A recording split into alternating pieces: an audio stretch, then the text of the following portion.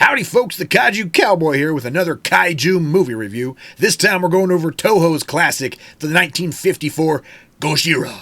Let's check it out.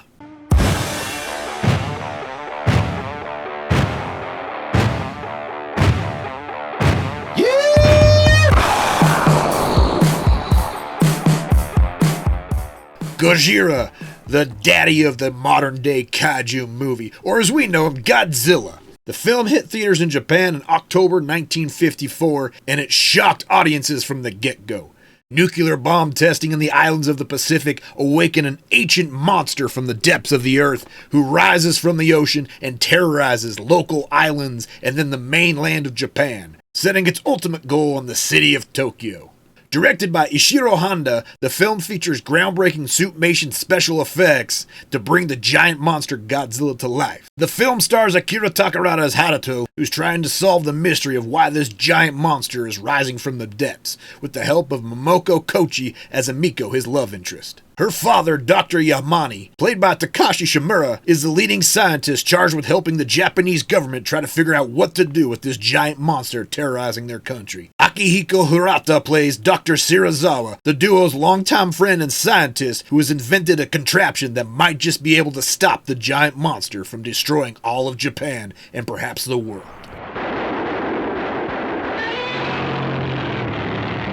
Godzilla is easily Director Honda's masterpiece. The film's dark tone and serious subject matter is a far cry from what we know as Godzilla today. Godzilla was born from fears of a nuclear holocaust after the dropping of the big bombs in Japan during World War II. The giant lizard Godzilla is this fear incarnate that brings horror and destruction back to the country of Japan. Honda does a great job seamlessly blending the live-action actors with the special effects of the suitmation suit as well as puppetry to bring Godzilla to life and destroy vast areas of civilization. Wherever the monster goes, a tsunami shortly follows, and the beast's trademark attack is a radioactive heat wave it breathes from its gaping jaw. Helping to accentuate the dark tones of this film is a great score by Akira Ifukube. Godzilla's trademark theme in this film is easily one of the most iconic monster themes in all of film, maybe only overshadowed by John Williams' Jaws theme. The film's score sets the mood with stomping beats as the monster grows near, and as the Japanese government scrambles to find a way to stop this monster, you can feel the anticipation as the military tries to build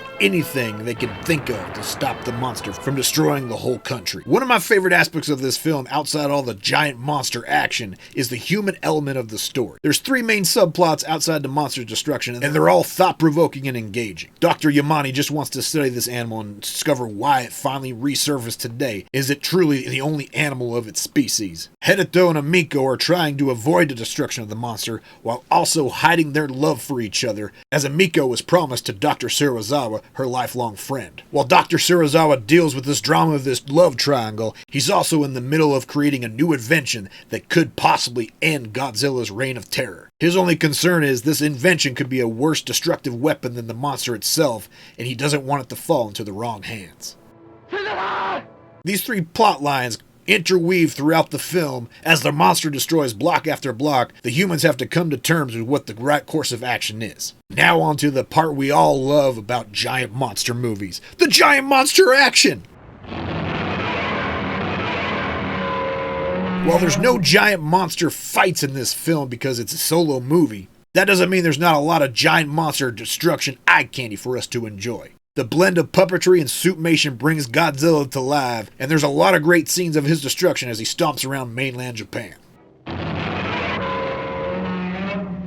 One of my favorite shots of this film is a shot of Godzilla through a birdcage as he attacks downtown Tokyo. It's a great analogy of the citizens of Tokyo feeling trapped inside of a cage and helpless as this giant monster burns their city to the ground. Another great scene that I love is when Godzilla destroys a giant bridge here at the end. It's easily the best scene of the suitmation in action. The giant monster takes down a bridge, he's in the water, you see him slash and crash into the bridge and destroy it with his giant arms, and it's really a lot of fun. Furthermore, I love the scenes and the terror you feel when humans are trying to figure out what to do next, and when suddenly Godzilla pops up over the skyline of Tokyo and just blasts everything in sight with his atomic heat ray.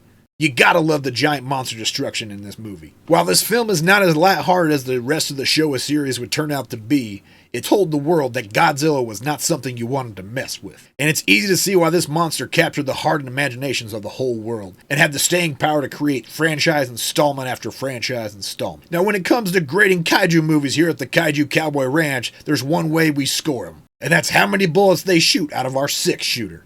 And of course, the king of the monsters, Godzilla, the father of modern-day kaiju movies, gets 6 bullets out of 6 bullets from the Kaiju Cowboy. With groundbreaking creature effects and the pioneering of suitmation, with a great score that still rumbles through our ears today, and with a multitude of engaging human storylines, it's hard not to see perfection in the original Godzilla film.